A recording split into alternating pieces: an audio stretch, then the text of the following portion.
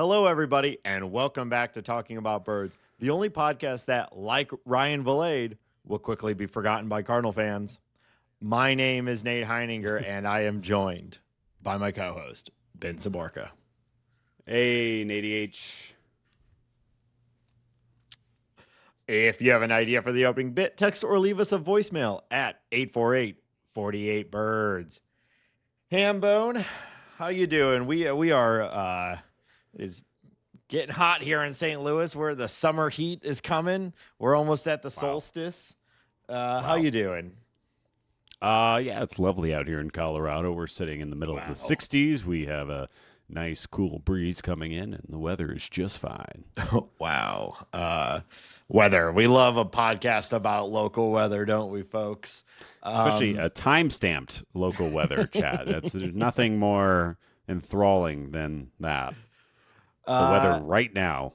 So you had an experience this weekend that I got to hear a little bit more about because we are, friends, but also content creators. So sometimes, really important things happen or really big things happen. And I wait until the podcast to learn a little bit more about it. So as I understand it, you almost burned to death this weekend. Is that accurate? Yeah. Could you give me a little bit more details on this? Yeah. And the near miss. Unfortunately, it is accurate. And I kind of didn't really realize the level of danger that I was in until I was telling the story to my dad on the drive home on the phone. And he was like, holy shit, you could have died. And I didn't really think about it at the time. So yeah, I'll do a quick. I'll make this as quick as possible because I'm sure some people just do not give a shit. But some were like, lemons "Damn!" racing. The episode. They saw the episode release and they're like, "Ah, he lived." Although I think we've talked about this. If one of us dies, the podcast goes on. Like that wouldn't stop us, right? In ideal world, within the next year or two, neither of us are the hosts of this show anymore. Just cycle out, and we tag I don't know, Jake or Kelsey or somebody else can take it up. I mean, it's all about the branding, right? Yeah, I mean, we've got a behemoth of a brand at this point. It will it'll live on past. It's bigger than either of us at this point. Right, exactly. Okay, so I do lemons racing, which is, if you're not familiar with it, is basically you take a junky car and you do an endurance race with it. We do a 24-hour race, which is noon to noon. You got to keep the car running, and then we also do a race that it's a 2-day race with a gap in between. So this was we had the 2-day race last weekend. I was doing the final stint of Saturday in the car. I had been driving the car for about 100 minutes, something like that. There was about 20-ish minutes left in the race. So we are close to checkered. Everything is going well. Close to checkered. And, that's a little bit of lingo there. Is that what the cool guys say? We've almost checkered. So. Yeah, that completed the race. Yeah. Sounds like me getting ready for a ska band show. Wow. Getting checkered. Yep. Hip. That's pretty good. Pick it up. Yep. So we drive a 1981 Datsun Z car. So the car is 40-ish years old, and it's seen better days, and it's a little souped up and all that. So anyways, I'm going around the track. I am about to complete a lap, and as I try to go into fourth gear, I go into fourth gear, and the car loses a ton of power, which, that's not how that's supposed to work. I'm expecting more power. Mm-hmm. I switch back to third gear. There's still less. There's like 20% less power than I'm expecting. I radio into the guys. Hey guys, we're having a huge issue right now. I don't have all the power I'm supposed to have.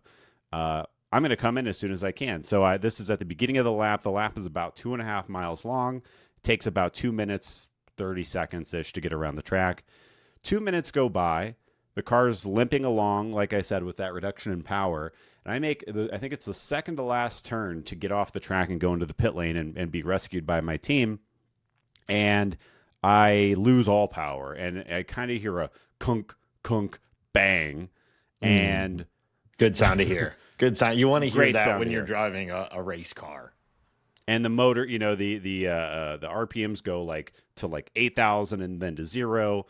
And oil starts spraying out of the vents in the hood of the car, engulfing the entire vehicle, covering the windshields, covering the roof of the car, and steam is also flooding out of the side of the car.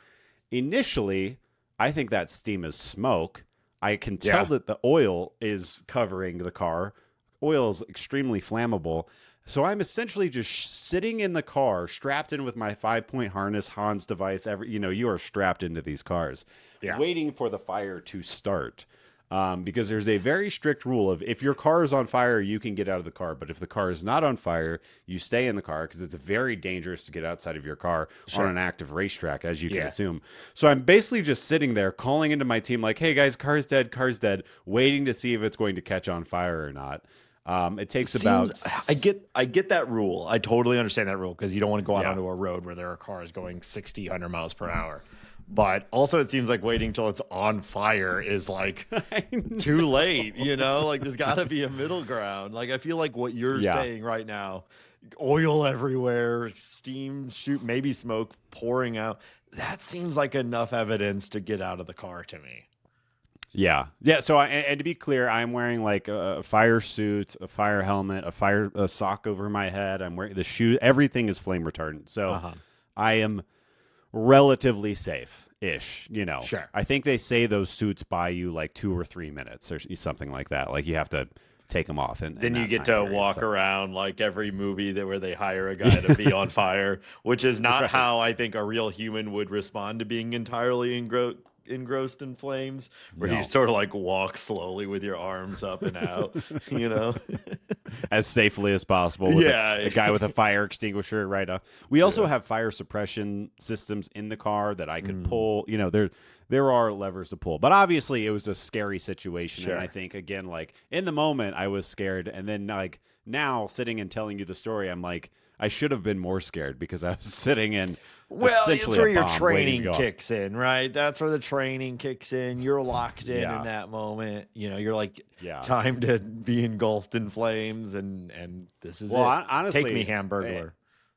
I was more thinking about how like we don't get to race anymore because this car is jacked up. But so if you're a car nerd, it turned out what happened is that the 6-cylinder, the piston essentially snapped off the rod, and you just essentially had a unhinged piston go like shooting around like crazy in the cylinder, which destroyed the engine from the inside out.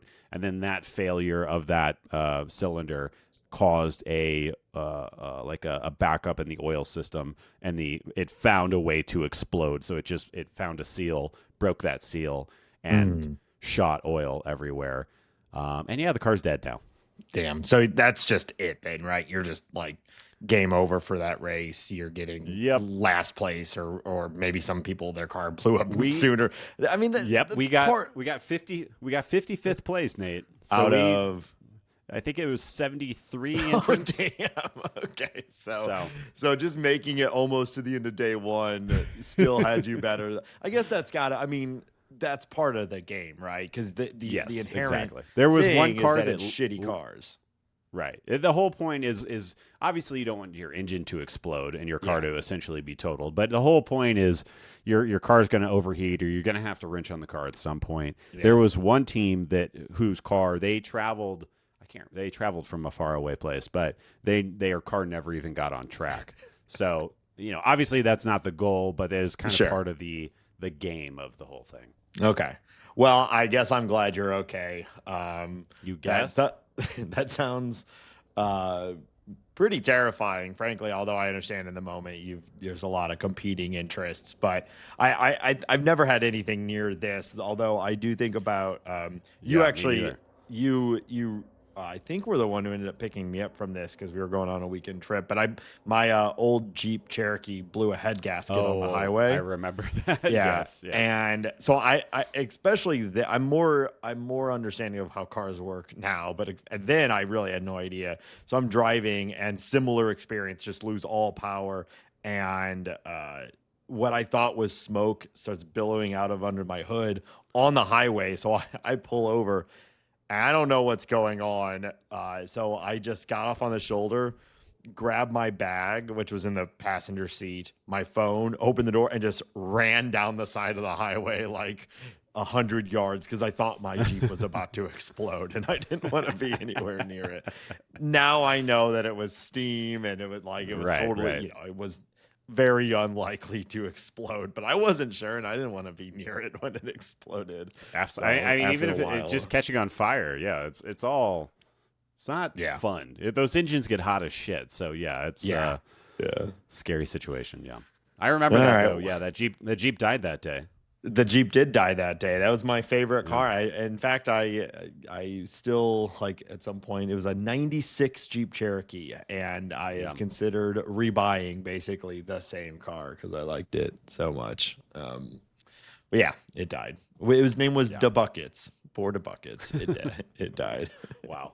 Well, rip to your car, rip to a real one. So you're just you don't buy a new car for every race, do you? You guys have been using the same one for a little while, right? You just redecorate it. This was this car. I think it was his 4th or 5th race. Okay. And we just retheme it. And actually, because the Lemons community is so funny, we've actually a guy on Facebook reached out to us, and he's selling us a mid-'80s Datsun straight 6. So he was like, bingo! I've got one of those. I see them pulling it into the pit. There's my mark to buy my other one. Yep. He messaged us, I think, on the Sunday afternoon of the event happened on Saturday. So we got to go get that. We got our next race in September, and hopefully we can get the car working before then and go again. All right. Well, rip to a real one. Yep. But I guess that's part of the game. All right. Well, speaking of the game, check out this segue. Wow. Let's talk about baseball.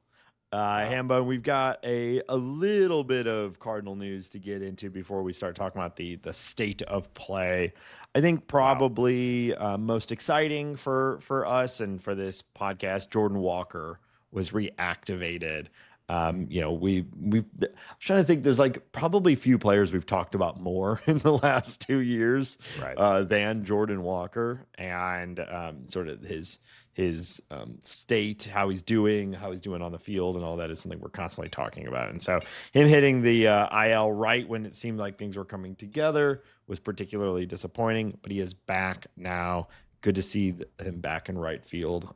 Small sample size on return, but just good to see him back out there. How are you feeling? Yeah. Jordan Walker's back. He had, I think he only played about 2 or 3 games at AAA before he came back, which we talked about may or may not be a thing. He hit decently in those couple of games. He struck out a little bit too. But I'm hoping he comes back and hits the ground running. I think the more complex part of the problem is that with the way that Alec Burleson is playing right now, and one of the better hitters in baseball currently. Against lefties too, he's just smashing everybody right now. Did you see that pitch that he hit last night against the White Sox game, Tuesday night game? The pitch was eye level, and he somehow leveled it out and hit like a liner over the second baseman. The guy's just hitting absolutely everything right now. I'll go back to Walker. Happy he's back. I hope they kind of just throw him back out there and let him hit, but does kind of. Where do you find the ABs? Do you put Ivan Herrera at DH? Do you put Alec Burleson at DH so that you could throw Walker out in right field? And I meant to say put Ivan Herrera at catcher so that DH is available. Where do you find the time for Jaywalk? Yeah, it's tricky. We're going to talk about him here in a minute, but you start to question where does Nootbaar play, maybe? We're looking for at-bats right now for a couple guys. You're looking for at-bats for Burleson. You're looking at bats for Gorman, who we talked about last week, and is continuing to hit the ball pretty hard. And then everyone wants Jordan Walker to play every single day, I think, including the organization. It's a tricky problem. I mean, we've talked about it a lot at this point, but it still seems like the clearest path is the Ivan back at catcher. But we just don't, unless I've missed something, I'm not the best at tracking every statement from Ollie and the crew, but unless I've missed something, They're still not super comfortable with playing him every day at catcher. But I imagine we're getting closer to that, or maybe they just don't want to. But with the way the Cardinals are playing recently, with losing more, they really need to prioritize like their best possible lineup if they want to keep winning. And I still think that's with Ivan at catcher. So but it still seems unclear if he's ready for that. But yeah, I mean, it's this. Here we are again. We had a little bit of a break from the log jam with Brendan Donovan being out and Walker being out, and it was, you had some clarity there. But everyone's back. So what do we do? I mean, you have 3 catchers on the roster, and I'm not bringing this up as a joke or anything like that, but it allows you to have Ivan Herrera start at catcher for the first 6 or 7 innings, and then either move him to DH or take him out of the game and put a backup catcher in for defensive replacement if you think that that's necessary. And then you can still pull the Pozo lever if you're worried that Pages is going to get hurt or something like that. I mean, if you're gonna run the 3 catchers, then you could take advantage of it a little bit if you find yourself in that scenario. And I don't know, what do? You put Burley at DH to start, Herrera at catcher, and then 6th or 7th inning, you put Herrera into DH, take Burley out of the game, and put Pages in at catcher, and that's your more stout defense. I don't know. Yeah, I guess. Yeah, it kind of depends on what the status of the game. I mean, you hate to take away at bats from Ivan, but if they're up and they're winning, well, there you go. Right? Yeah. It's. I don't know. I think we're just going to see a cycle of. I'm assuming Walker, and I think he's already had a day off, but that might have just been still coming back from injury. But I'm assuming we're going to see Walker have a slight reduction in plate appearances as Burleson gets more starts in right field, for better or worse. But like you said, with the bat, like he's doing it. He's doing what we said before. He didn't make a lot of sense on this team when he was only kind of hitting righties and not doing it particularly well. But now he's crushing it and maybe taking a slight step forward even. And at that point, now you got to play him. I mean, he's as hot as the sun right now. You have to play him right now. Like, I don't think that.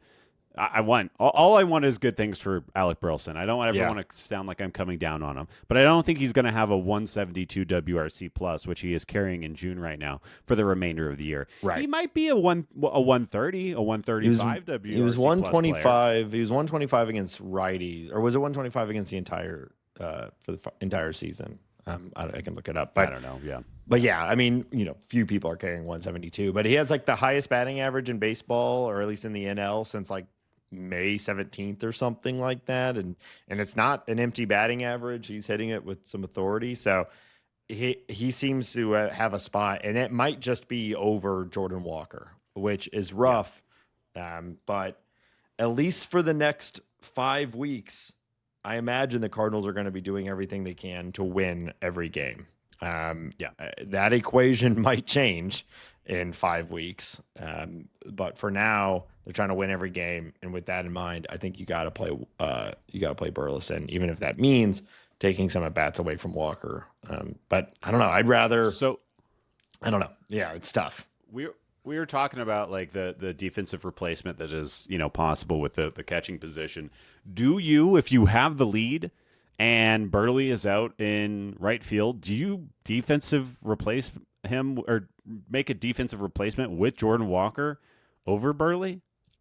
Is that a plus? I think so. Right? Yeah, I think so. It's definitely a plus defensively. I mean, at this point, we have to start considering Jordan Walker as a pretty good right fielder, And I know Burley's done a few plays out there that, you can point to and say, hey, he's not completely useless out there. But if we are talking defensive upgrades, it is certainly an upgrade from Burleson to Walker. Yep.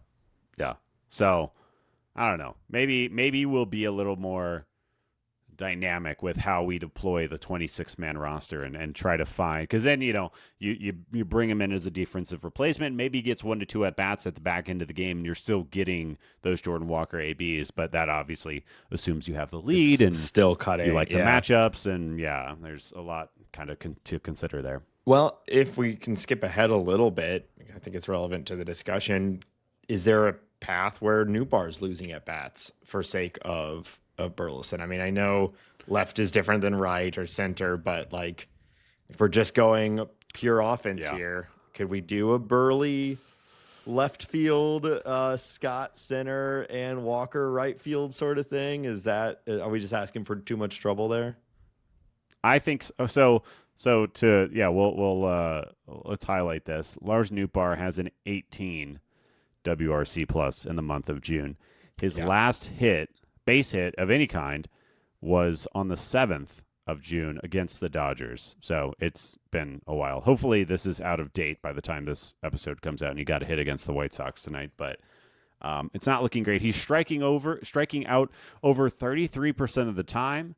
But he's still walking. He's walking at 12.5% in June, so that's good. He hasn't completely lost, everything. And as I was kind of looking over the numbers and always, just trying to find a reason for or trying to find an explanation to what's happening and why Newt isn't newting right now. The only thing I could really find that was interesting was that he has one of the highest fastball rates, or he's seeing some of the highest fastball rates in MLB right now, and definitely on the Cardinals. He's seeing over 50% fastballs, and he's just not doing anything with them right now. So my conclusion there, based on the numbers and a little bit of the eye test, is he's just behind on the fastball and he's having a timing issue. I'm a Nootbaar fan. Right. I trusted Nootbaar. I think that he will probably start hitting fastballs, like I said, maybe as soon as this episode drops, maybe tonight against the White Sox, or maybe later this week. I think he'll get the timing down, and I think he'll go back to being one of the better players position players on the team very quickly. And he's kind of, I am of the opinion that he has earned a longer leash than what he currently has. Now, it sucks. Like a 16 WRC plus is basically you are nothing. You are. Yeah. It's almost like me standing up there somehow. But I think that he'll bounce back, and I think taking ABs away from him would be a detriment to the team success. I think he's an at bat away from getting that timing figured out. Yeah, he certainly has a longer track record, and he is a what they may call a StatCast darling, right? Where everything under the hood looks, or at least compared to most players, like if you pull him up, he's got a lot of red. Everything, there's a lot to like about it, and that approach, at least he's drawing walks. That's a skill that he tends to maintain throughout. But I don't know, man. It's just in these like log jam situations, trying to win right now situations. And you've got a guy like Burleson and a guy like Jordan Walker, who is hitting the ball better than Nootbaar right now. Like, is it like you got to find spots somewhere? And maybe this all in 6 weeks, this doesn't matter as much. And where we can prioritize the long-term development. But if they're trying to win right now, I hate it too, but I mean, it's the more clear path. A day, we're playing a lot of games in a row right now. A day off or two is always a good idea. Right. I think I'm a pro rest. I'm pro rest generally. So if we want to give Newt a couple of days off and try Burley out there, I'm fine with that. But I do think for the immediate success of the team and the long-term success of the team, that Nootbaar should be out there. Yeah. And he is going to start timing up fastballs again. I feel very confident in that. Yeah, well, the dream of, in which we have seen at times, of like a Nootbaar Donovan 1-2, where those first two at bats are just excruciating for the other team. Odds are at least one or two of them are going to get on base before you get into your bigger sluggers, and like, that is an ideal version of this lineup, right? So I see what you're saying, and I generally agree. Like, I don't really like lobbying for Nootbaar to lose at bats because I have the same long-term view of him. I'm just wondering if right now is the time when we've got other guys that are hitting. I mean, that's sort of the trick that Marmol and crew have to deal with, is the hot hand versus the long-term development, which they find themselves, even more in this tricky situation because of the Cardinals' lack of ability to pick a direction this season. So here we go. These are all just microcosms of the broader like lack of decision making of, are we going for it or are we prioritizing development? Because if you had a clear answer on that, then all these decisions underneath it become a lot easier to make. But we don't know. They're just sort of, well, we'll see what happens. Maybe we win, maybe we don't. I'm sure that's clouding this decision to some degree. Yeah. Yeah. And I think, to be clear, Mo is of that opinion. Ali Marmol and the Cardinals, the team, the 26 man, are not of that opinion. They're trying to win right now. Yeah. Busting their asses down there. Yeah. Or at least trying to. Yeah. Yeah. So the Reds announced that they have claimed Ryan Vilade off of waivers from the Cardinals. The Ryan Vilade era is over. At times we had some reason to be excited about this guy. He ultimately got a small opportunity to crack the main roster here. Didn't really do much with it. Guys got healthy, and he's gone. So thanks for your service, Ryan. Good luck with the Reds. Still young.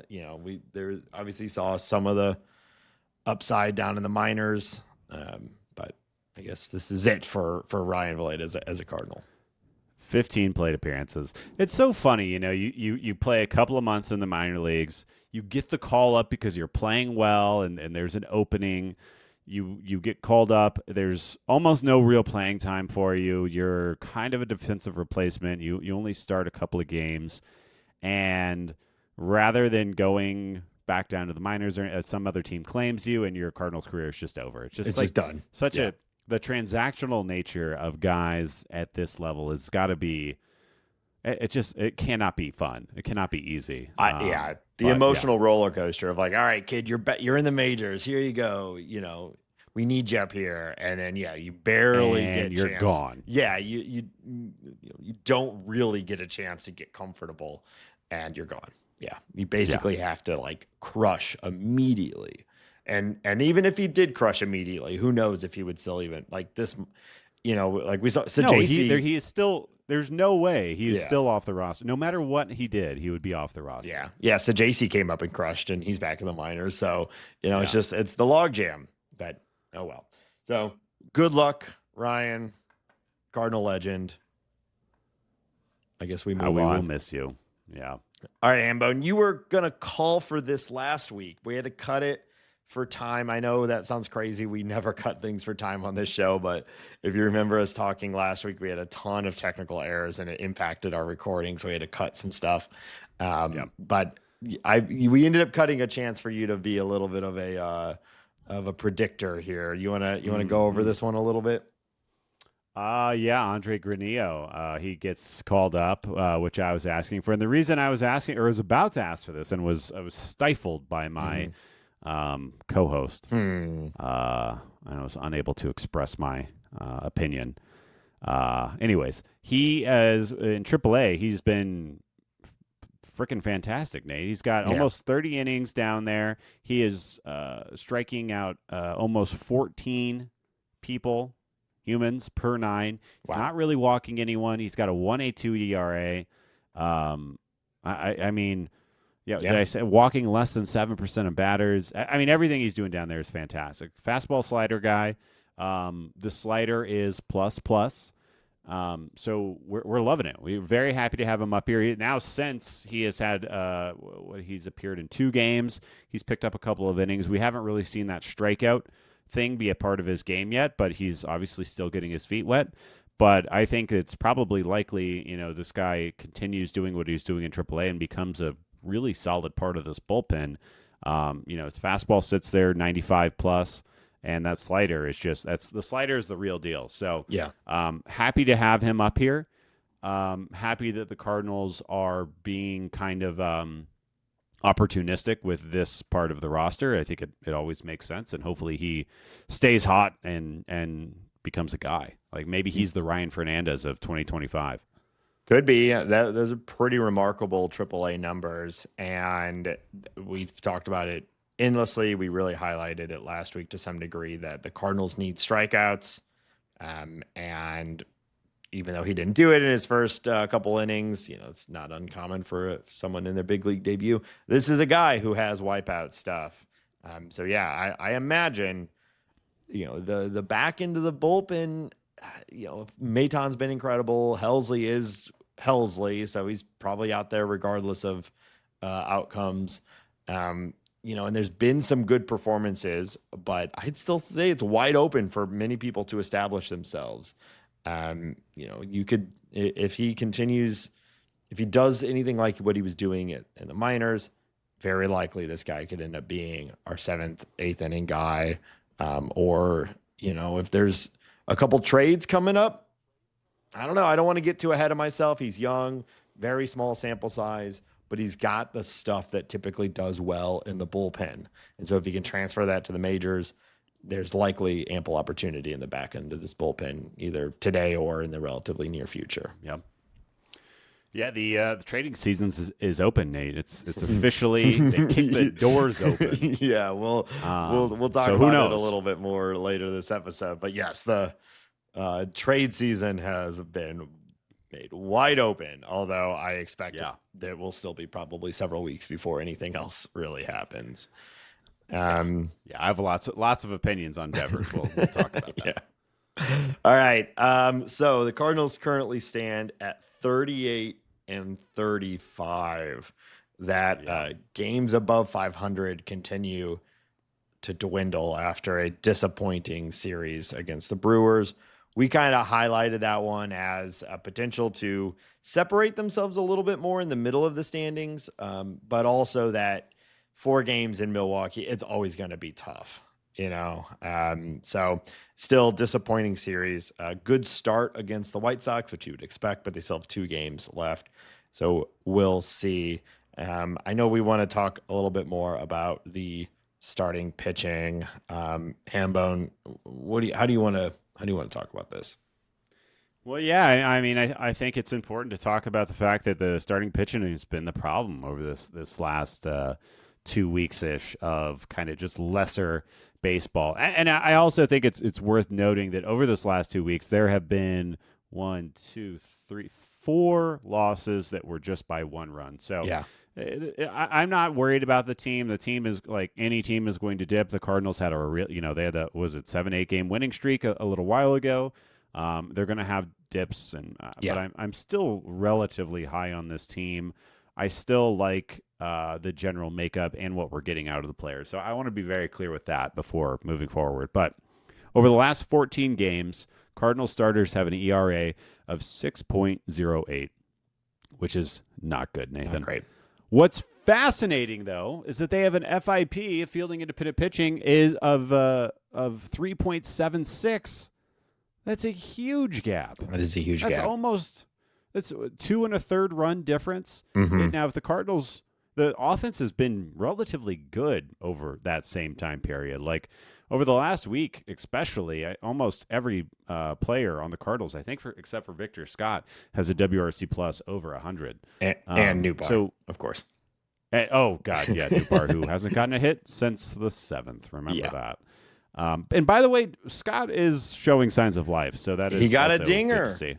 Anytime Victor Scott hits a home run, we got to feel like, all right, there's something clicking, right? Because that is not traditionally a part of his game at this point at the major league level. Right. So there's obviously something going on, and we always talk about the fact that like random acts cluster randomly. So the Cardinals' BABIP over this time period for the starting pitchers is like 333, which is definitely higher than you would expect. Although people do hit Miles Mikolas and Andre Pallante very hard, so maybe that 333 is not that crazy, but. Without a doubt, a 6 ERA and a under 4 FIP. There's probably some bad luck happening. I also want to call out that over that same 14 game period, the Cardinals bullpen, which has thrown 51 innings, has a 2.82 ERA. So the problem is clearly starting pitchers. Starting pitchers may be getting unlucky. They may not be all that great. And I'm building up all to say, Nathan. It's McGreevy time, baby. Yeah. Let's pull the lever. Katie Wu said that when Michael McGreevy is re-eligible to rejoin the team on June 24th, it is highly likely that they get into a 6-man rotation, even if it's only for one turn, and give him a start. Mm-hmm. I think that's great. I've said many times that I think the 6-man rotation makes a lot of sense for this team. But I'm also kind of like, okay, let's do the 6-man rotation. And when you don't want to do that, let's leave McGreevy up. And maybe it's Pallante's turn to be the swing man. Minors. Yeah. Be the swing man to take over that role that McGreevy has. Pallante has a 6.23 ERA over his last 5 starts. He's been getting hit pretty hard. While he did strike out some in his last outing, he hasn't been striking people out, which we know is a problem. And I'm kind of ready to give the 24-year-old McGreevy just a longer look. I think he's proven it. I think that we talked about that start against the Dodgers. It's McGreevy time. That's what I'm here to say. Yeah. Yeah, I think I said the same last week. I think this last couple of weeks of results with the ERA far higher than the FIP is really just variance all evening out, right? Because we had that entire conversation a couple of weeks ago about Miles Mikolas having an incredibly low ERA and a very high FIP to a degree where it seemed almost like mathematically impossible that his ERA could be as low as it was while his FIP was so high. And so now we're on the flip side of that, right? Some of these things those hits are landing. People have been hitting the ball hard against Pallante and Miles and other guys too. And they were getting good breaks, good defense, et cetera, suppressing that ERA. But that shit's going to break through. If you continue to give up that degree of hard contact, those balls are going to start to fall, and maybe in unlucky ways. Maybe it starts to feel almost like too aggressively unlucky, and that's what a 6 ERA versus a 3.75 FIP kind of looks like. But it evens out over the length of the season. But especially when we do these shows weekly and we look at these small sample sizes, you can get these extreme numbers. And really, it's that underlying that we got to look at. What is the hard hit rate? What is the contact rate? Things like that will give you a better idea of the true, sort of output of the pitcher. So, which is to say, yes, I think for a while now they've needed to strongly consider McGreevy and Pallante or Miles out.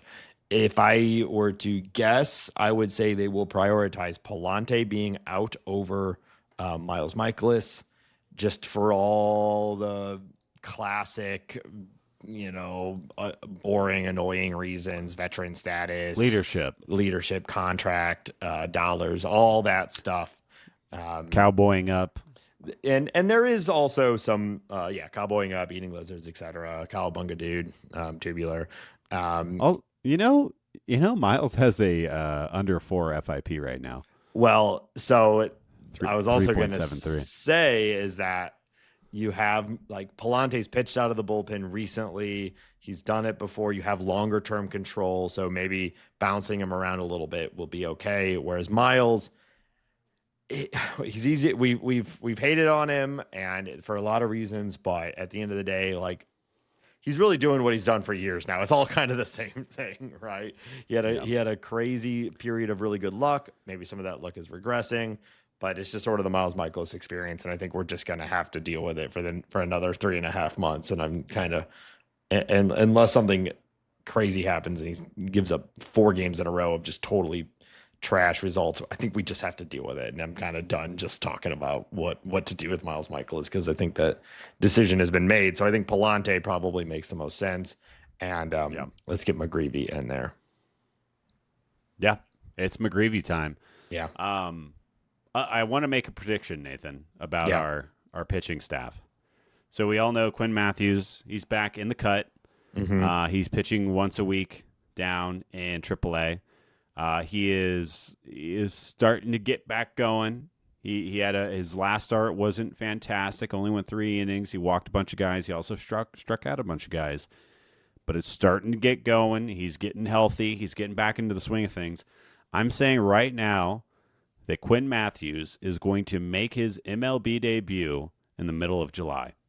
I think about a month from today, we are going to see Quinn Mathews up, and it'll be once he has 1 or 2 really solid starts behind him down in AAA. Maybe McGreevy will already be cemented in the rotation, but there will be a need, and they're going to pull the Quinn Mathews lever, and we're all going to freak out, and it's going to be very, very exciting, and he's going to look great. It's coming. I'm saying it now. Well, I certainly hope you're correct. I would love that because that would mean that he's doing very well in his return. And it would be fun to see the Cardinals make a decision like that and for us to see hopefully a glimpse of the future here at the major league level. I'd be surprised if it's that soon, Hambone. I feel like it's a post. I figured you would be. Yeah. I figured you would be, Nate. Well, whether I think it's a good idea or not, it's in character to tell you that you're stupid and it's a bad idea. Of course. So, no, I just think it's going to be probably post-trade deadline when we have a better clarity of what direction the Cardinals are going in. Unless he's absolutely dominating in his next month of starts, you don't traditionally think of calling up a guy for his big league debut in the rotation as a let's bolster this team to win right now move. You know what I mean? Yeah. Even the best pitchers take a little bit of time to get acclimated to the big leagues, and it just doesn't. Jacob seem Mizorowski seemed to hit the ground running. Yeah, well, and he's absolutely dominating at the minor league level, throwing 103 miles per hour. So there are certainly those guys. Don't get me wrong. Yeah. But the reality is that Quinn, obviously, we think the world of him, and his ceiling is sky high, but he's yet to completely crush AAA. And so we'd need to see some real dominance from him in the next 3 weeks, I think, for it to hit that target. But I'm hopeful, that'd be awesome if that's the case, but I'd be pretty surprised. Yeah. Well, we'll see. I'm just, like I said, staking my claim, and maybe this prediction I feel less resolute in, but the Dodgers are going to trade for Miles Mikolas in that 3.73 FIP. They're going to make one adjustment to his repertoire, and he'll be the best pitcher in baseball. And or something totally inexplicable, and he's going to be the closer for the Dodgers in the World Series.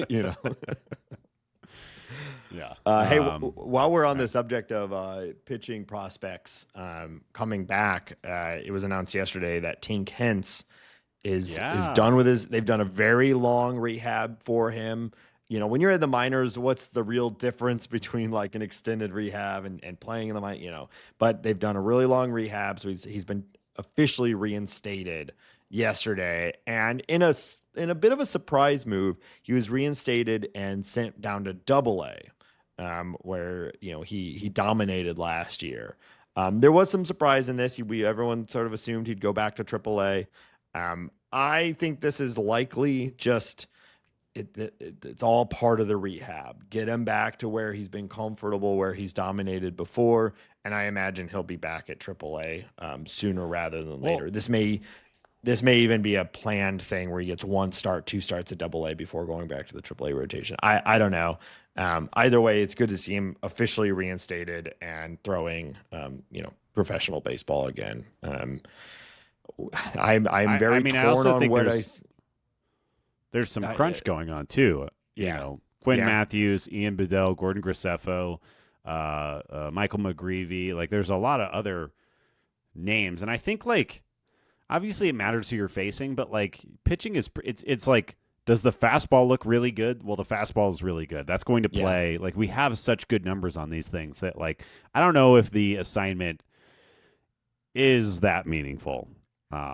The stuff is the stuff, and that is, I think you're right, and that is definitely why you see some guys go from even single A or double A into the majors far faster than a position player might, because if your fastball is hitting the metrics of a major league fastball, then okay, let's just get him up here. That's pretty predictable. There is that sort of, I do think there is, depending on the type of pitcher you are, someone with a lot of movement, there is that element of playing the batter and getting comfortable and throwing your pitches in different sequences and things like that. Which is, the standard development for people. But I think you're probably right. It matters a little bit less than a hitter who you're trying to ramp up the velocity, the spin, all that stuff. You kind of got to see it for a little while before most guys, before you're ready to hit it. Right. Yeah. So either way, one of the more disappointing side stories of 2025 has been that Quinn Mathews and Tink Hence both of them basically started the season and immediately got hurt and stalled their development. And so it's good they're both back. I definitely agree that I think Quinn Mathews is here in 2025. I'm still very hopeful that Tink Hence is here in 2025, but in what capacity, position, or status in the rotation or bullpen or all that, that is a huge unknown to me. I think the unfortunate reality is that Tink Hence might end up in the bullpen long term. But either way, it's good to see them back happy and healthy. One other just minor league note. I feel, we check in on this guy every once in a while, but it's worth calling out that JJ Weatherholt is dominating Double-A right now. He has a 158 WRC plus. He is walking almost 17% of the time. He's striking out less than 14% of the time. He's doing all of the things. He has 9 stolen bases. He is just really, really good. I think he will probably get promoted here pretty soon. I mean, depending on logjammy and trade deadline and stuff, we talked about this before the season started. I still think it's likely that he touches the big league roster at some point this year. He just looks so polished, so good. Where is he going to play? I have absolutely no idea. But so we've already seen a number of 2024 first round draft picks called up. It's several recently, right? Jack Haglione, Nick Kurtz. The Angels just announced they've called up, I think they just called up Christian Moore. And you could make an argument that JJ Weatherholt has outperformed all of them at the minor league level. Depending on how you want to slice and dice different stats and plate approach preferences and things like that.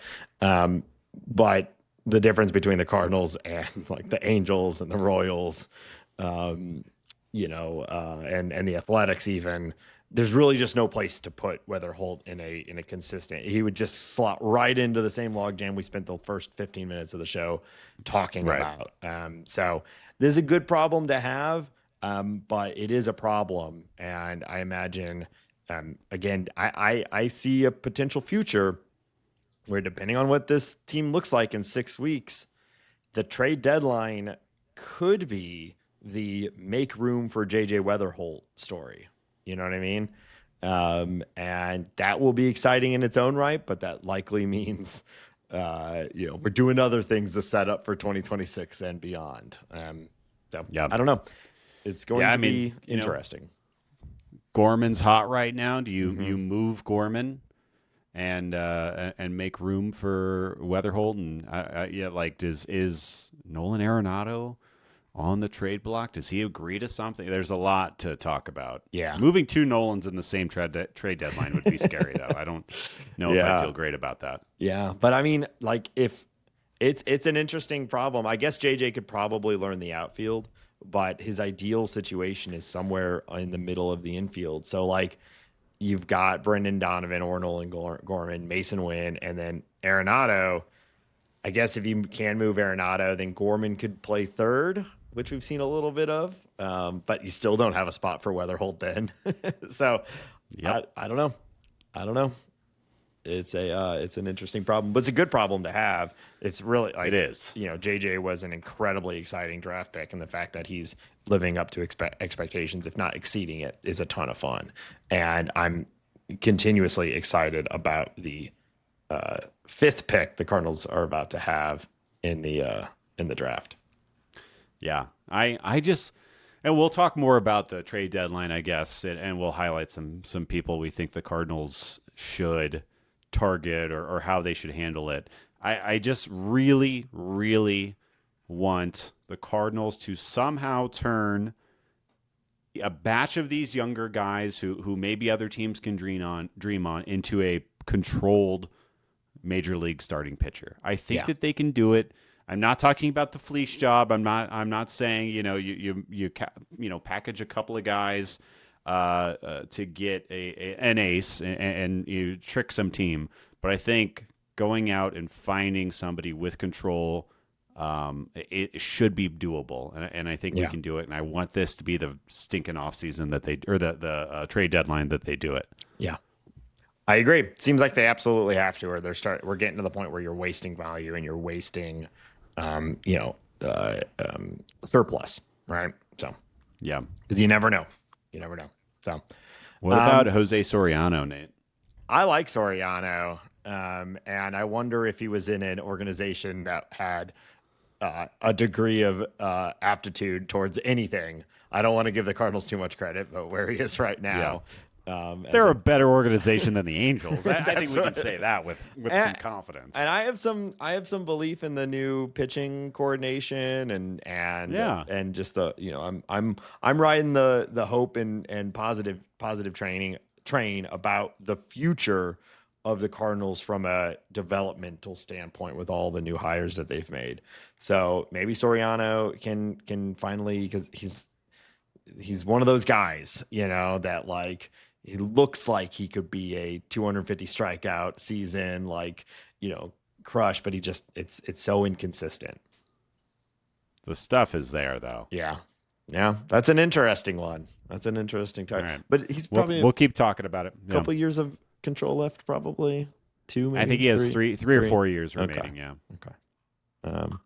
All right. Anything else Cardinal news and notes related you want to chat about? No, we talked about Newt. We talked about Valade. I think we're good. Okay. All right. Well, we're going to talk about the upcoming series and some league news and play another little game. But before we get to that, we want to remind everybody that this show is listener supported on Patreon. Patreon.com/talkingaboutbirds. You can find all of our different options there for subscription. As little as $2 a month can get you in the door. Again, patreon.com/talkingaboutbirds. If you like the show, want to show your support for the time and effort that it takes to bring it to you every single week, we'd really appreciate you checking it out. Subscribers at any level get access to the Bird Scored. That's our private Discord server. It's essentially an online chat that is full of other Cardinal fans and other listeners of the show. It's a great place to get away from the sort of shitstorm that is current social media and get into a smaller, sort of localized group of people that are awesome and talking about the Cardinals and other random shit. You also get access to earlier episodes. I typically am getting them out to our patrons Wednesday afternoon, if not Wednesday night. So that's cool. And there's other things on there as well. Check it out, patreon.com/talkingaboutbirds. If you can't subscribe, understand. But what can still help us out is taking a moment to leave a review on your favorite podcast platform. That really, really helps. And of course, tell your friends and tell your family. Hambone, if people are looking for us online elsewhere, where can they find us? Yeah, we're on all those stupid social media platforms like Blue Sky and Instagram and TikTok. You can come and check out our faces on those various forms. You can listen to the show on Spotify. Like it and share it and click it and interact with it there as well. We're on YouTube. You could watch this episode. If you're one of those types of people, you can watch us. You can look at me right now, looking at you. You see me seeing you? Hey there. Or if you want to contact us, you can email us at talkaboutbirds@gmail.com. You can find all of the podcast information at talkingaboutbirds.com. We got t-shirts. I was wearing my Talking About Birds t-shirt I was out and about. I was out in the world the other day, and a young person asked me if I was wearing a White Lies shirt, Nathan. Have you heard of this? White Lies. So I might sound like the oldest man in the entire world right now, but I was informed that there are parties where people will wear a quote-unquote White Lies shirt, and the shirt will say a lie about them on their shirt, and it'll be like a conversation starter. And she goes, I said, I don't know what that is. I've never heard of this. And she goes, oh, you really like watching baseball? And I go, yes, this shirt is earnest. And she goes, okay. So if you want to have a fun, interesting conversation. Hello, fellow teens. Yeah. It was bizarre. You can also call us and leave a voicemail or send us a text message to 848-48-BIRDS. That's 848-482-4750. 837. All right. And Hambone, we got an email that I wanted to chat about real quick. You might have seen it. Let me pull it up real quick. This is an important question that we actually have talked about on the show back in the early episodes. But it's been a little while since I think we've made our opinions on this clear. So Rob writes, "The Wave, a terrible event that shows people aren't really paying attention to the game and should be absolutely abolished, or just dumb and annoying. Thanks for your input on this important matter." So we got two options here, Hambone. If we're sticking with the premise of the question, it's either a terrible event that should be abolished, or is just dumb and annoying.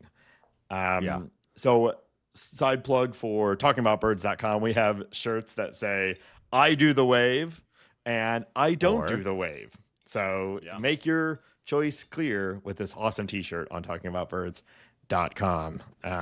Hey, are you going to a white lies party, a thing that we all know about? Maybe this shirt would be perfect for that. So I'll go first, Hambone. Of the two options, I will say just dumb and annoying. I've had an evolution on this. I used to be answer A, that it was terrible. People aren't paying attention. It should be abolished.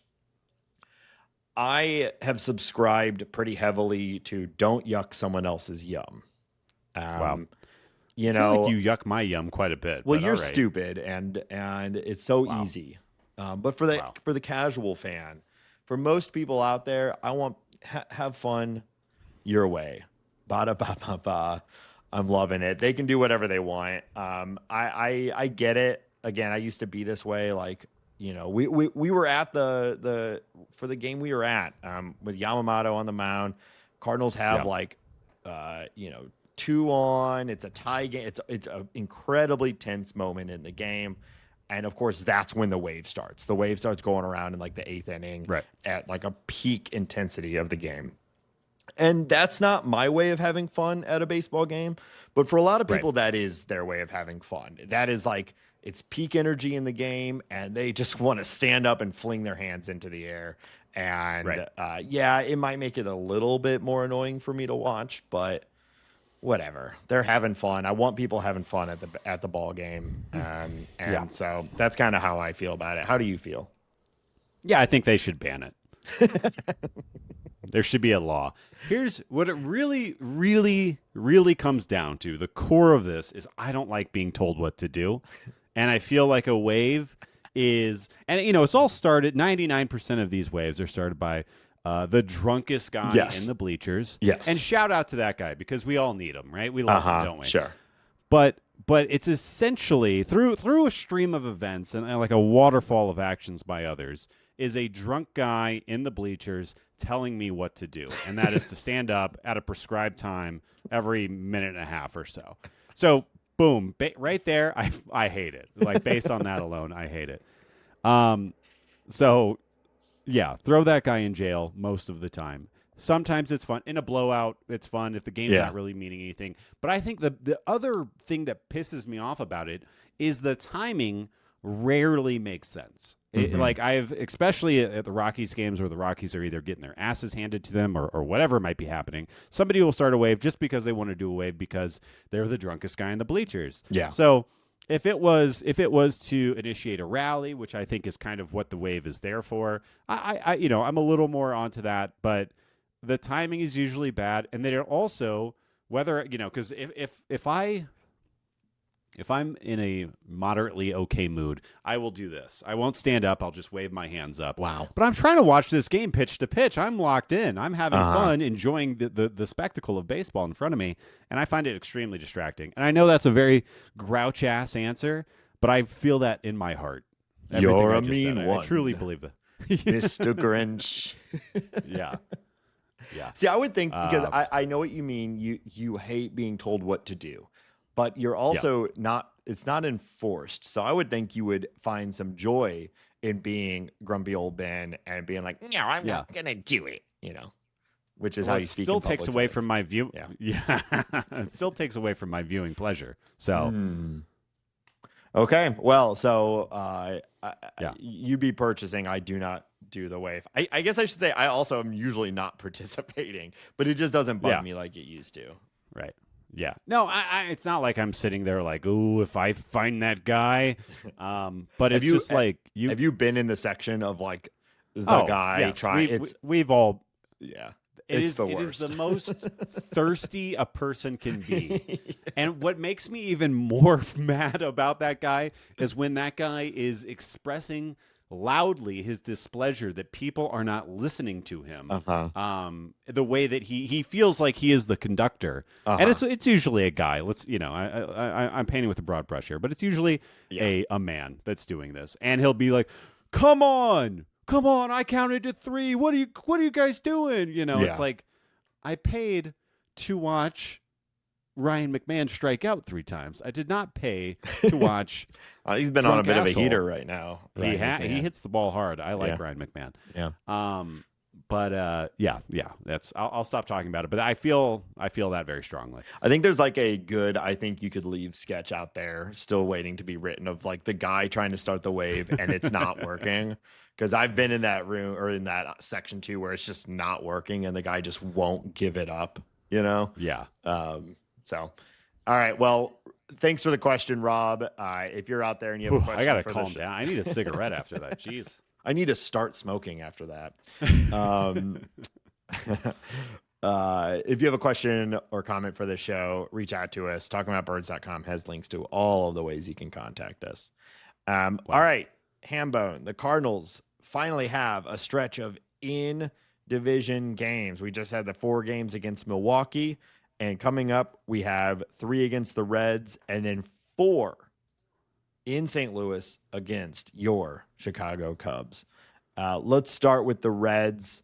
I'd say not surprisingly, but a competitive team right now. That's kind of been the name of the game for the Reds. Has been high risk, high reward. Some of the most talented players in the league are on the Reds. But those same players also strike out at a 30% clip, and that is a high variance way to play. Their pitchers, some of the highest strikeout pitchers in the game, when they are healthy. So this is a team that if everything clicks, they're winning 100 games in a season, but it just has not clicked yet, although they're playing pretty well right now. What are you feeling about this game against the series against the Reds? It needs to. Any conversation about the Reds has to start off with Elly De La Cruz. Elly De La Cruz is that dude. He is without argument potentially the best player in baseball. I think he will tap into that, and it might not be this year. It might be next year. It might be the year after that. But he is, as far as a talent ceiling, he is a freak of nature, and he is playing baseball very, very well right now. Yeah, he played very well last year too. Like, I think the question of is Elly going to click at the major league level is kind of done, and the answer is yes. The question now is, will it all come together for a full length of the year, and will he have one of the best seasons like in baseball history? He is MVP level talent. He obviously has to compete with Shohei in the NL now, but like, this is a dude who I think will win an MVP in his major league career. Yeah. For the season right now compared to last year, which some people were calling for him to be a MVP or MVP runner-up. Obviously, Shohei going 50-50 like Nate's referencing. But he is walking more. He is striking out less. His ISO is higher. His ex-WOBA, his WOBA are both higher. Everything that he can do is better than it was last year, and he had a phenomenal year last year. And he's 23, so... He is just amazing. So it sucks that he's a Red, but I do think just as baseball fans, you should just enjoy every time we get to watch Elly go out there. Love a guy who goes up with multiple. Love a guy who goes up with multiple gold chains. Also, absolutely. Mason Wynn does it. I was thinking about it the other day when I was watching Mason Wynn. With all of his chains, and I was like, man. This is a thing that baseball has over every other sport that I think, could be leaned into even more. No other sport can you wear something like that and be the best player in the league. Like imagining like a basketball player or I bet some football players have stuff like underneath everything, but you can't see it really, you know? But yeah, anyway, I'm a big Ellie fan. Yeah. There's something about like the way that Ellie De La Cruz hits an opposite field home run where it looks like this 2-iron shot that's slicing. Like it is just, he's just fun to watch. He's an incredible player. I also love that he's like he's like a spider monkey build. Like he's a tall, skinny guy, but he has so much power, so much arm strength, so much speed. He's just great to watch. Outside of that, Gavin Lux is doing the thing that we talked about. Like he is having a really nice year outside of the Dodgers organization, just kind of settling into a role-playing role rather than the best prospect in baseball. And then kind of outside of that, I think it's a pretty mixed bag of pretty solid, if not probably just below great position players. Only person who I would say is really to call out who's had a really rough season is Matt McLain, who I still think will pop at some point. Yeah. But he hasn't had a great year to this point. Yeah, I agree. Matt McLain, he's a bit of a StatCast darling, but the surface stats are not there. And they've kind of buried him in the lineup a little bit. But yeah, TJ Friedel having a good year. Tyler Stevenson, quietly one of the better hitting catchers in baseball. He was hurt for a while. I think it'll be less quiet as the months go along. Christian Encarnacion Strand, who was also hurt, is back and hitting the ball pretty hard. Will Benson, who's always had that crazy high ceiling. That guy hits the ball hard. Yeah. He strikes out a billion, but he hits the ball super hard. So it's Spencer Steer, who had a 2020 season last year. He's pretty good. He's had a mixed bag year too, but like, you run down all of those guys are known names, Yeah.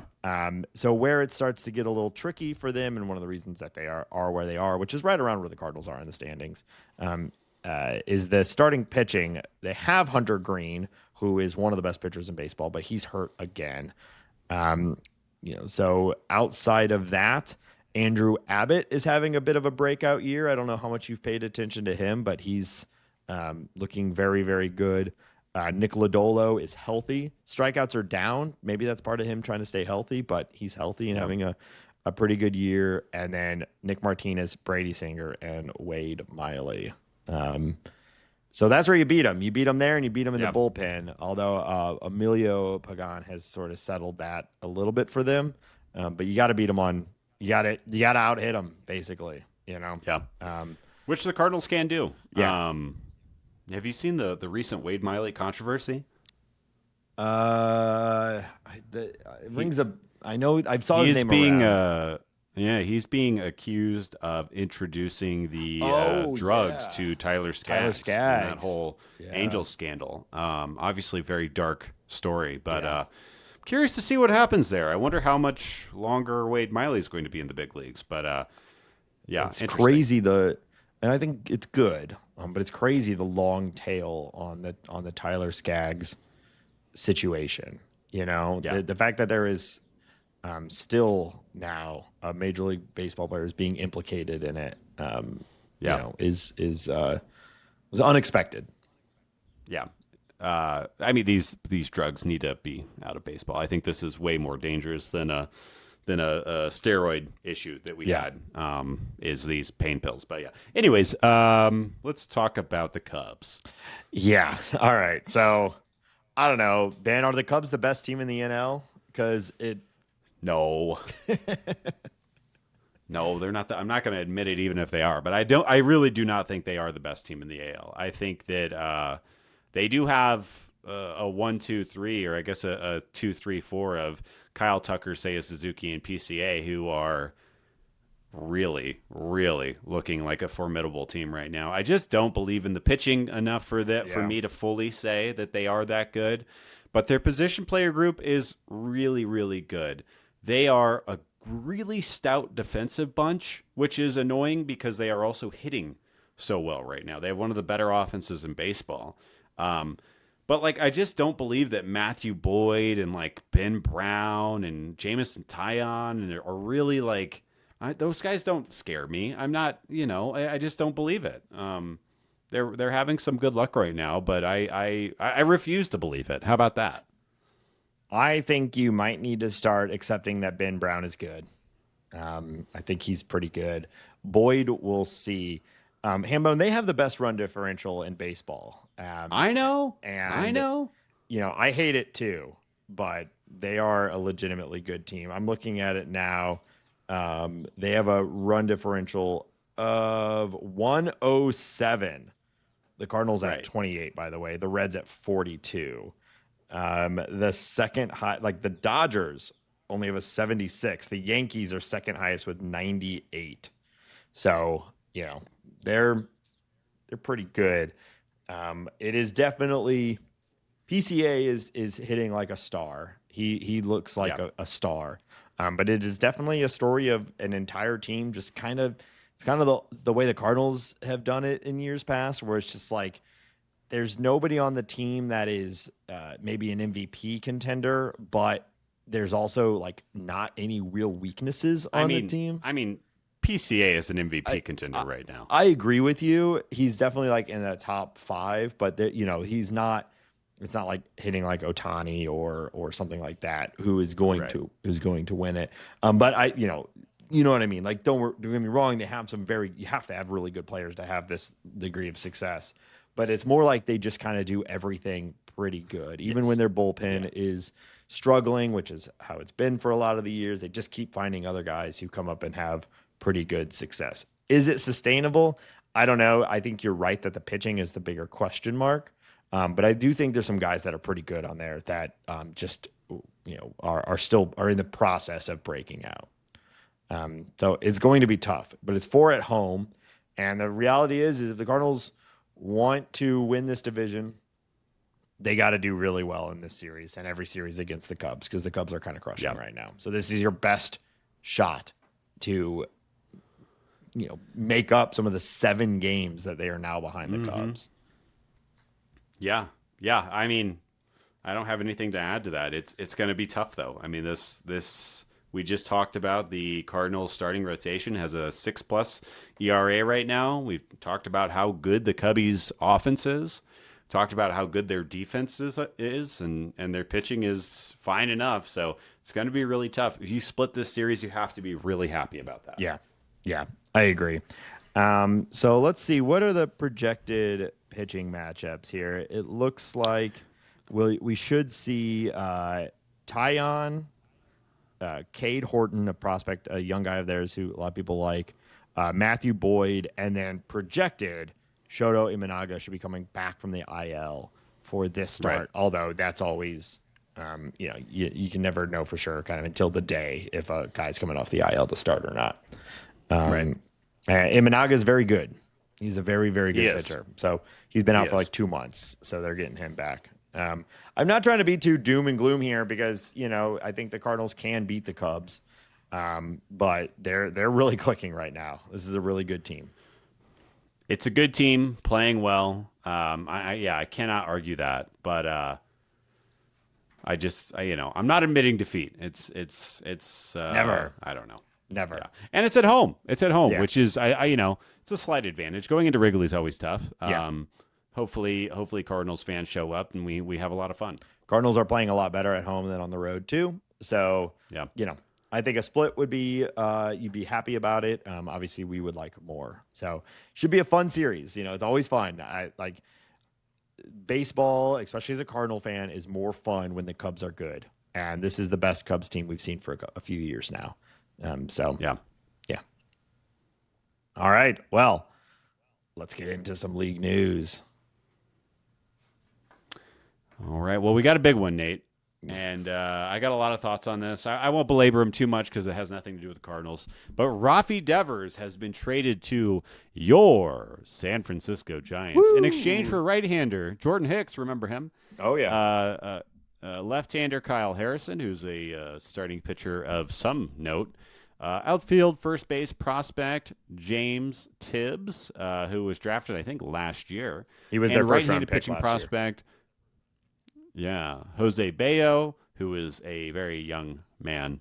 and probably many years away from the big leagues. But obviously, the big news is Devers is finally out of the Red Sox clutches and the mistreatment and the wrongdoings and the so on and so forth, and is with the Giants. And what is infinitely more entertaining is that during his presser, where he was introduced to Giants fans, he said that he'd be willing to play first base, DH, and do whatever the Giants ask him to do. So I know we have opinions on this. I talked about it a little bit in the Bird Scored. I put my tinfoil hat on, which is what I think Jake's implying I'm a little bit crazy in the Bird Scored, but I think I really believe this. I think that Craig Breslow is a bad communicator. Yeah. First off, I think that Craig Breslow is to blame, and maybe partly John Henry is to blame, but Craig Breslow is the guy that we can blame because he's the one that's talking to us about this the most often. The way I view it is that he should have told Rafi Devers that he was in on Nolan Arenado and in on Alex Bregman as soon as possible. Mm-hmm. He is the face of the franchise. He is one of the, I think, top 20, top 15 hitters in baseball. Mm-hmm. He is signed to a $300 million contract. He's beloved by your city. If you're going to move him off the position, you signal that early and often. Hey, Rafi, here's how we think we can get better. We're going to go get one of these Gold Glove third basemen, and we want you to move to first. We think this gives us the best opportunity to win, and obviously you are a top hitter in baseball. We're going to do whatever we can do to make you comfortable.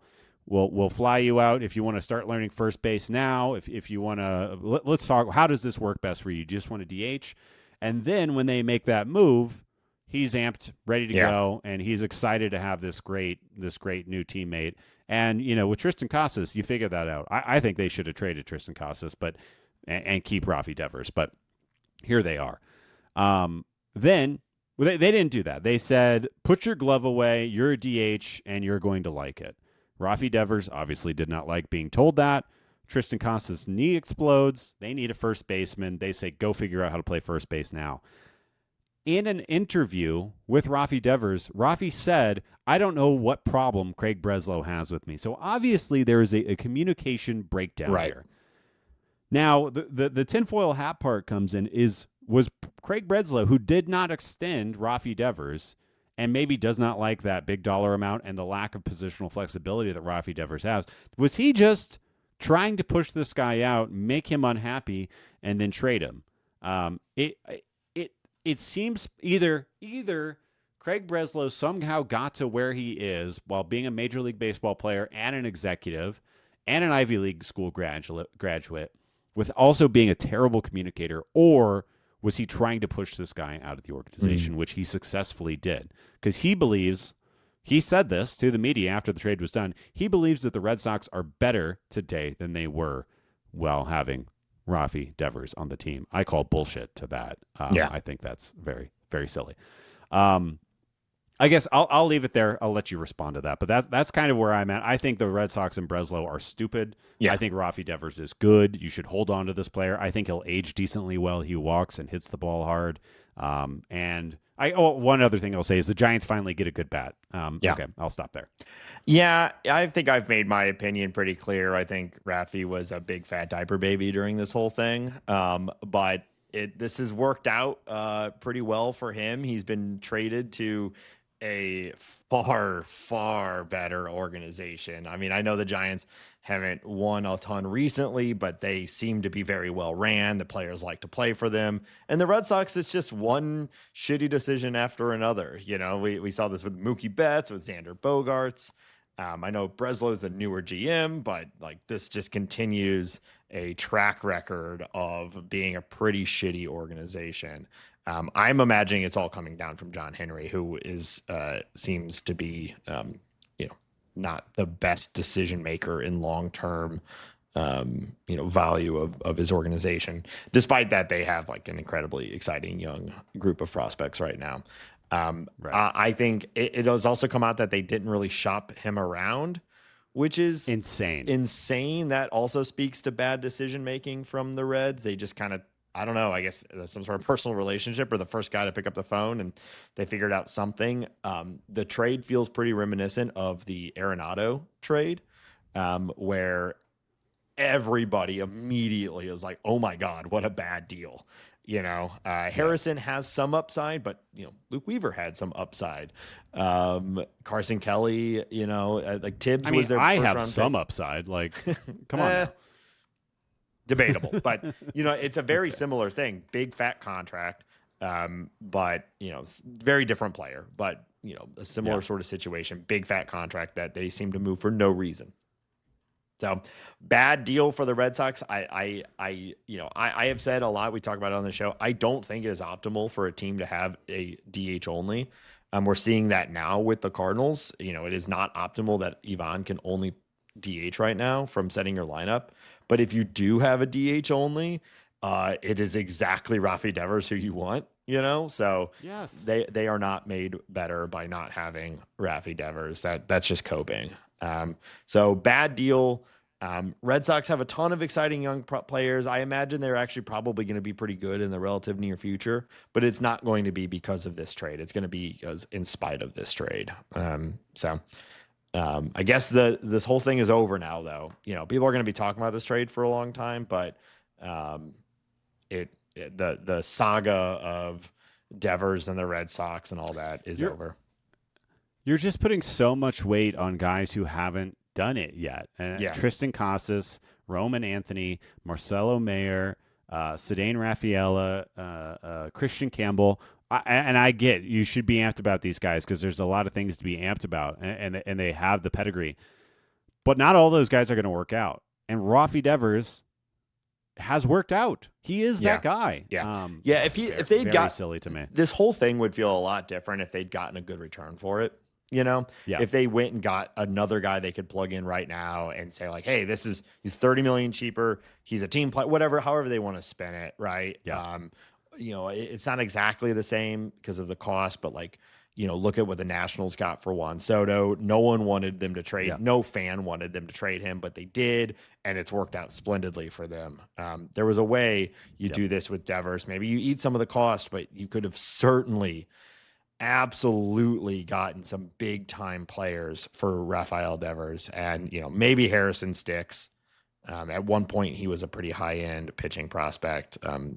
Strike everyone out but walks everyone too. Maybe Tibbs will be a guy, but unless Harrison is their ace starting next year, this is not going to work out from a production standpoint.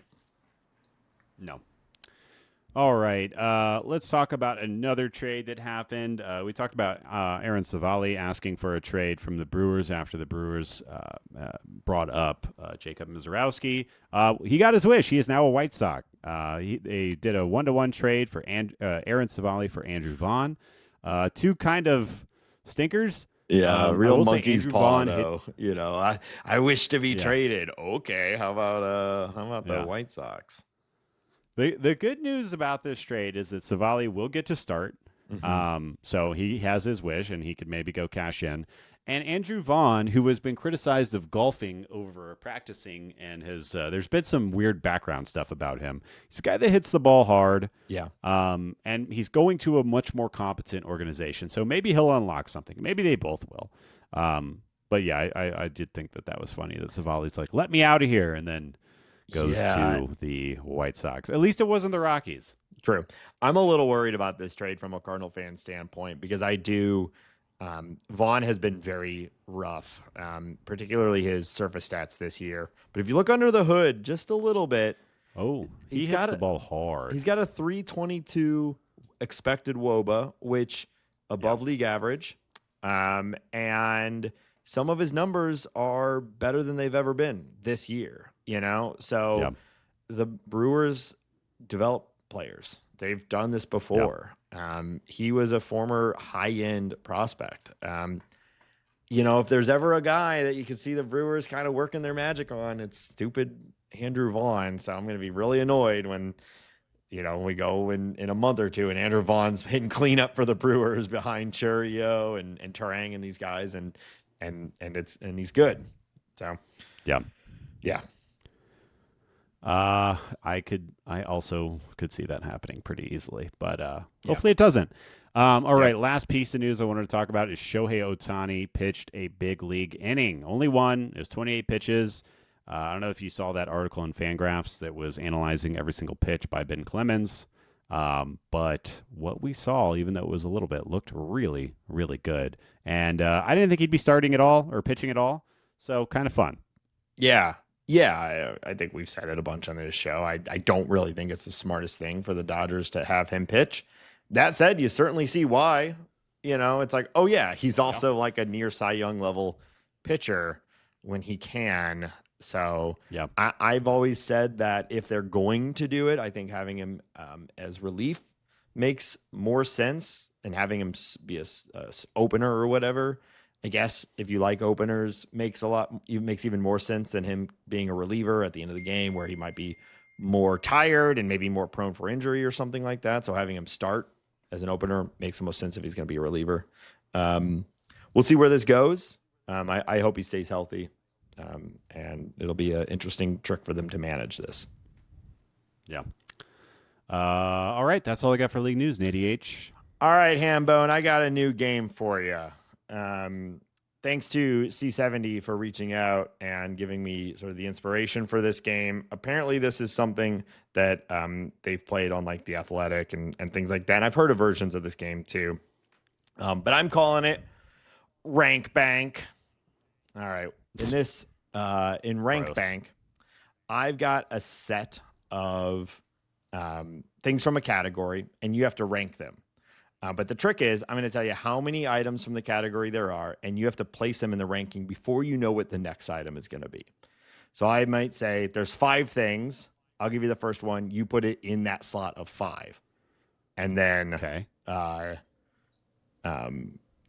we go down the line. Does that make sense? Okay. Yep. Okay. So we're going to start with ballpark food. Okay. So I'm going to give you 5 ballpark foods, and you're going to tell me where you rank them. Okay? All right. Hot dogs. Where are they in your top 5? Ooh, okay. Starting hot. Go with 2. All right. Hot dogs locked in at you leave a little space for number 1, right? Leave a little space, but it's high up there. It's high up there. That's A tier. Yeah. Pretzels. Like a big soft pretzel. Ooh, damn it. Damn, 3. I fucking love pretzels. Under hot dogs. Yeah. I probably would have put pretzel above hot dog, but I can't be number 1. But, here we are. It's fine. Okay. Nachos.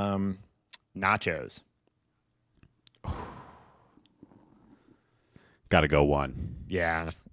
Which might put me in a really tough position here, but I got to go 1. I mean, nacho, that's what I look forward to most, especially the ones with like all the beef and beans. Oh, and yeah. We're get them sloppy. Yeah.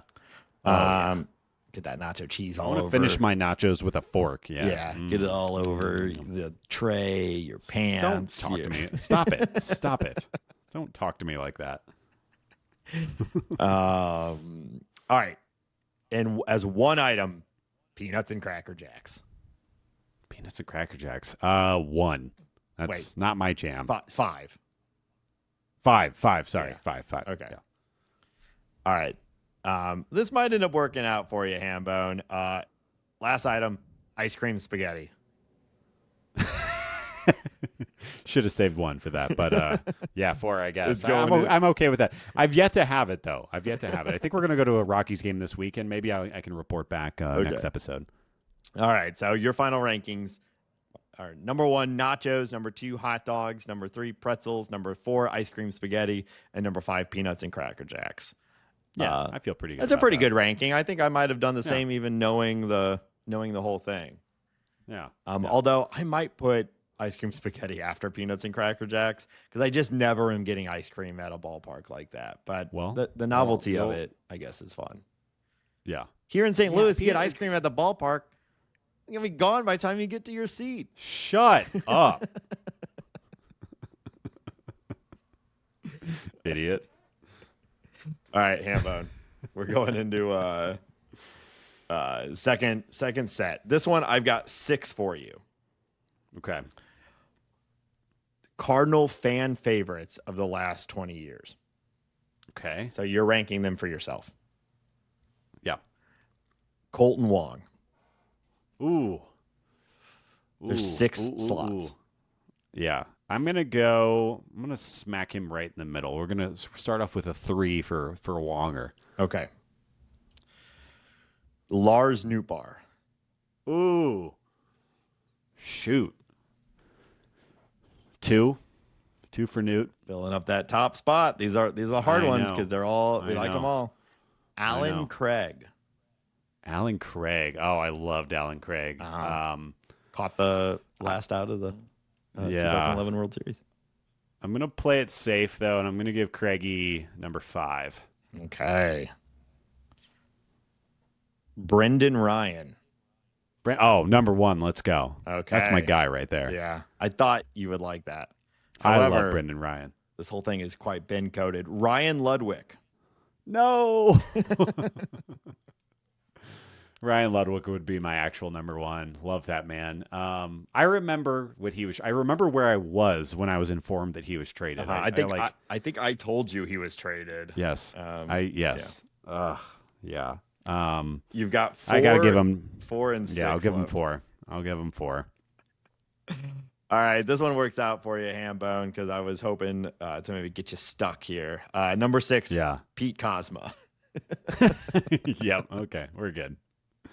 Not a fan favorite. He is a baseball player. Yeah, some people really liked Pete Kozma. Yeah, all right, some people did. Hambone, I got one more for you. All right. There's 5 of them. Okay. It is favorite Mats. Okay.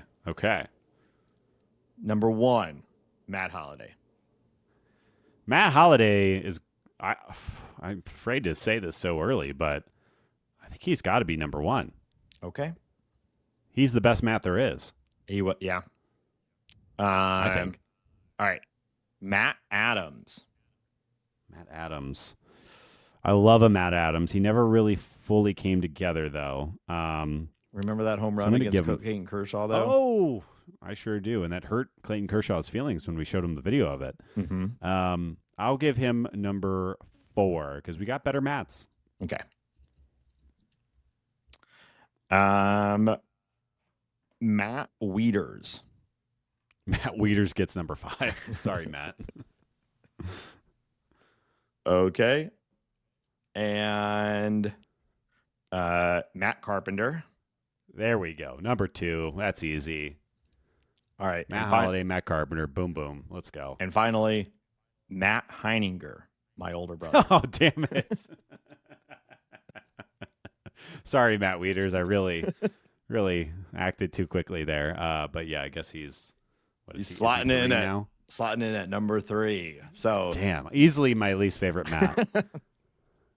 So your final rankings on the Matts are Matt Holliday, Matt Carpenter, Matt Heininger, Matt Adams, and Matt Wieters. Wow. Really screwed that last one up. All right. Well, yeah, I guess good luck, Matt Heininger. Right above Matt Adams and Matt Wieters. All right, well, that's going to do it for this episode of the show. Thank you again, everybody, for listening. We'll be back next week. Cardinals find themselves in an interesting moment in the season, a pivotal moment, you might say. Should be a good week of baseball. We'll be back. Again, check out all our links at talkingaboutbirds.com. And until next week, go Cardinals. No.